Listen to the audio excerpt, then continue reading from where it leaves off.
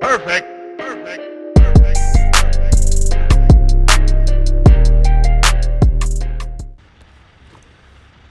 Hello everyone and welcome to my first video.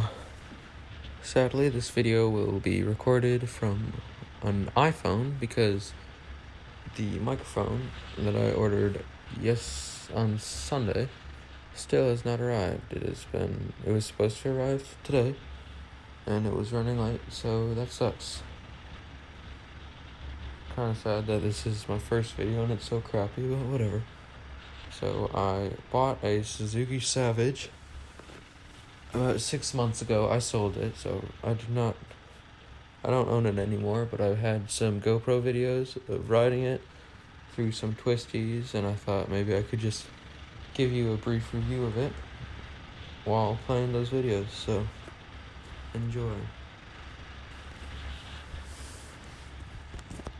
Alright, so I bought the bike about 6 months ago. I sold it recently. When I bought it really cheap for $950. And at that point, I bought it that cheap because it had a leak in the cylinder. I think it was one of the seals in the crankcase. I originally thought it was a head gasket, but it was not. So that was super simple fix, and I sold it for a very nice profit. But yeah. So, initial thoughts.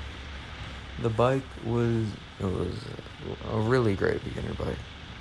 So it is a 650cc single cylinder.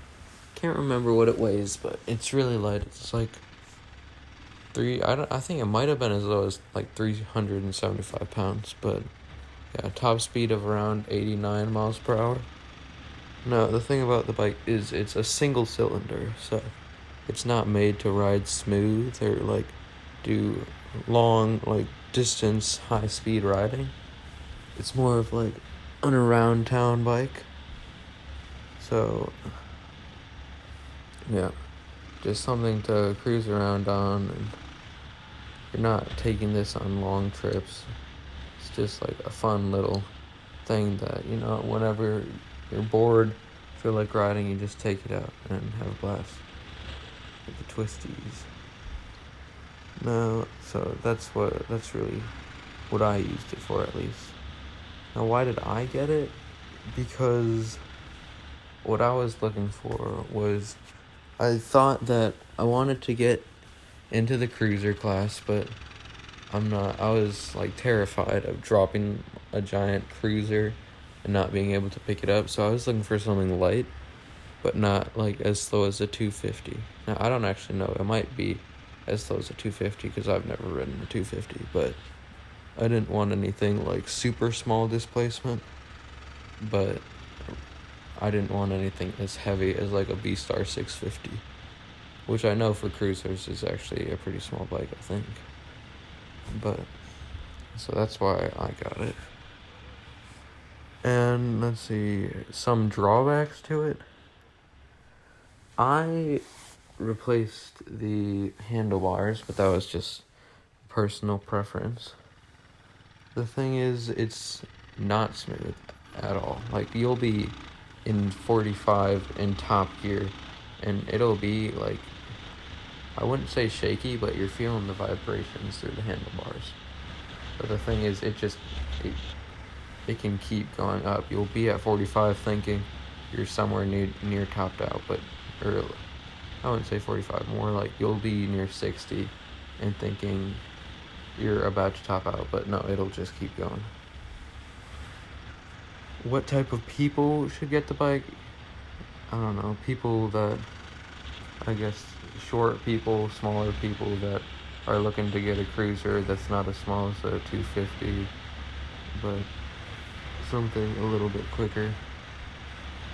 It is a legendary starter bike, really great.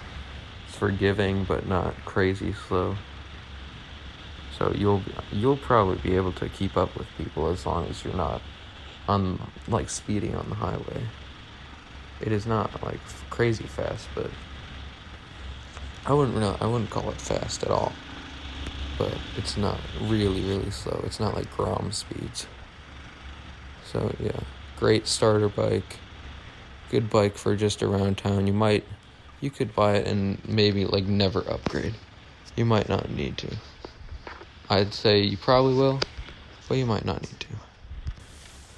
Also, I'm sorry about the video format of the GoPro at the time that I shot this video, or not the voiceover, but at the time that I was videoing with this bike, I didn't know how to adjust like the frame of the GoPro, so sorry about that. Also, if you're in between thinking about buying a sport bike or a cruiser, I was thinking the same thing, and I found this bike. What you should do is just look for a starter bike, and if you find one that's cheaper than, if you find like a cruiser that's cheaper than a sport bike, but you're thinking, oh, I might be like a sport bike person, just buy this bike. It's a safe bet. Like right now, I sold this bike, I sold my Suzuki Savage and I bought an R6, and I'm completely fine on the bike. Being on a cruiser never gave me, like starting on a cruiser never gave me any bad habits that I can't have while riding an R6. So if you're in between, if you don't know if you're going to be a sport bike person or a cruiser person, you can get this bike and you're not making a decision for the rest of your life. So I hope this review was helpful. Stay safe on the roads, everyone, and like and subscribe.